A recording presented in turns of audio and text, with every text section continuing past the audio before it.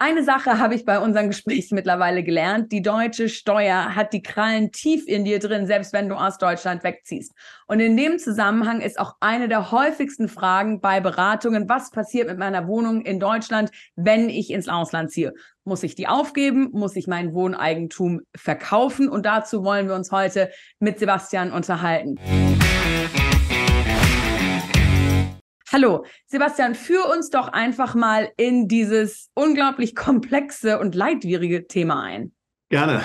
In Deutschland wird die unbeschränkte Steuerpflicht primär durch das Vorhandensein eines Wohnsitzes begründet, nicht so sehr durch die Anwesenheit. Die Frage des Wohnsitzes wird extrem ernst genommen in Deutschland und die meisten Steuerstrafverfahren nach Wegzug ins Ausland kreisen um das Problem, dass es noch eine Wohnung in Deutschland gibt, beziehungsweise dass hier ein Wohnsitz möglicherweise konstruiert wird. Der alte Fall, den ich immer zitiere: Boris Becker hat angeblich in Monaco gewohnt, hatte aber bei der Schwester in München noch ein Zimmer. Das hat ausgereicht letztlich, um ihm hier den Strick zu drehen. Und das finde ich so extrem. Es geht nicht um ein Haus oder eine Wohnung, sondern es geht um ein Zimmer.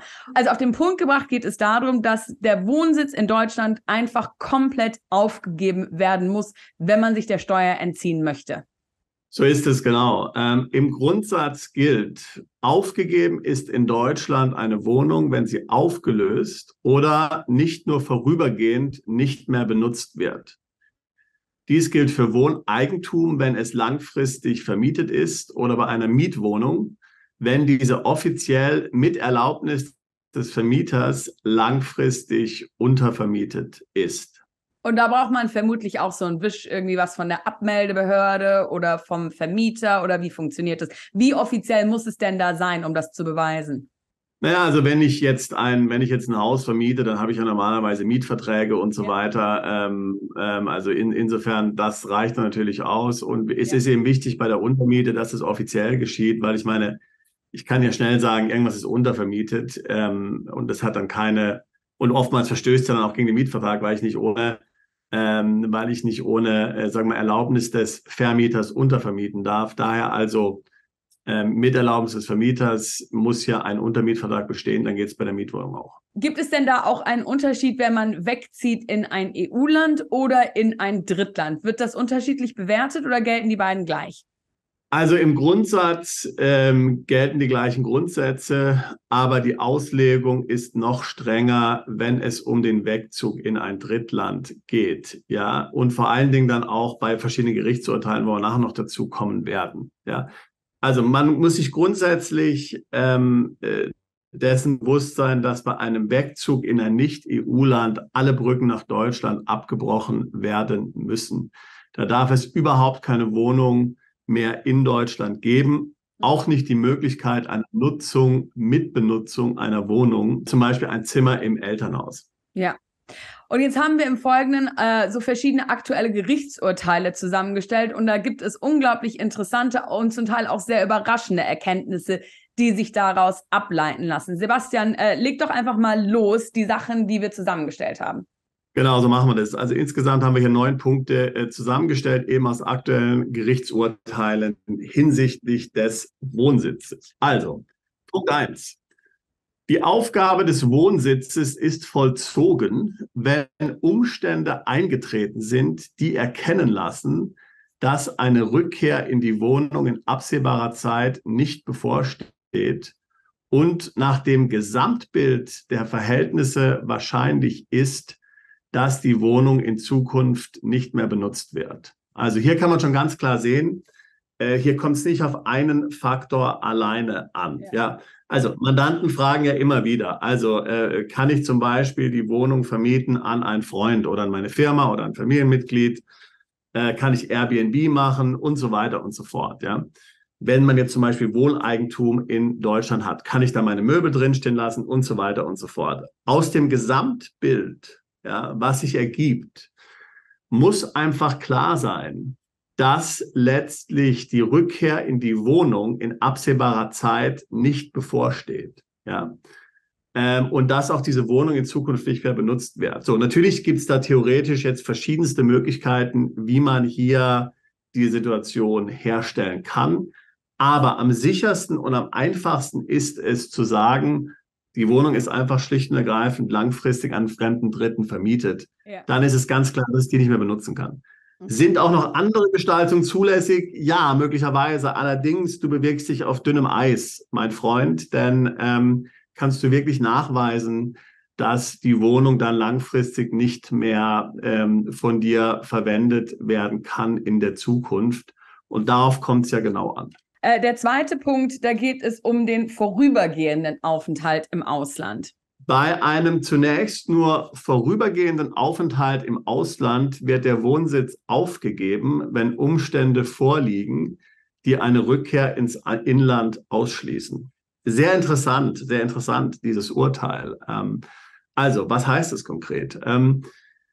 Mal angenommen, ich sage jetzt von Anfang an, ich möchte jetzt ins Ausland umziehen, aber nur für ein Jahr. Ich behalte also meine Wohnung in Deutschland weiter.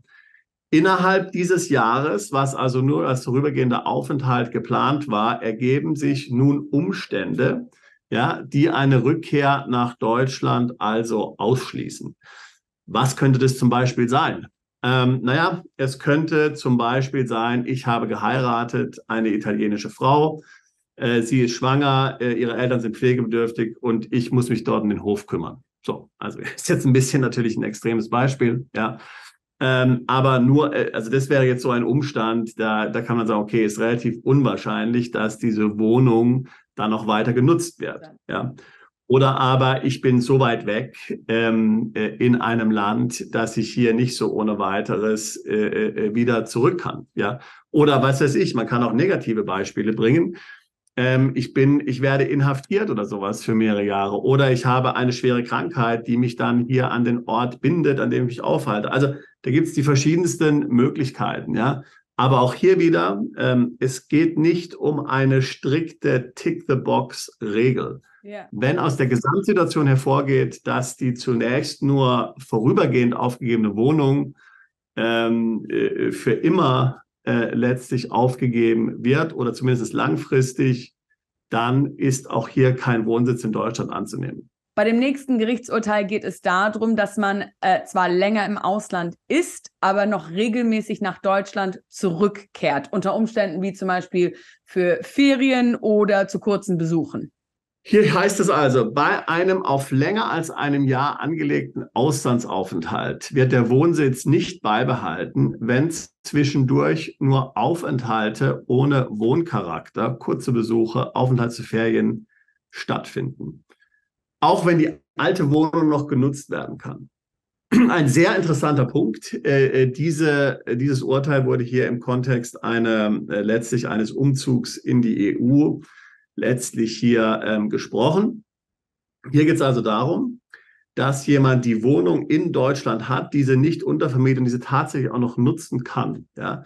Aber es ist eben aus dem Gesamtkontext her klar, dass er letztlich länger als ein Jahr im Ausland bleiben wird und die Wohnung nicht nutzt, außer für kurze Besuche und so weiter. Was muss ich mir da vorstellen? Also zum Beispiel, wenn ich jetzt hier einen Arbeitsvertrag in einem Land angenommen habe, der auf 3 Jahre vielleicht befristet ist, ja, und ich befinde mich, habe hier mal nur meinen gewöhnlichen Urlaub, das heißt vielleicht mehrere Wochen Urlaub, den ich dann zum Beispiel dann hier natürlich dann in meiner Wohnung dann verbringen kann. Das könnte ein solches Szenario sein.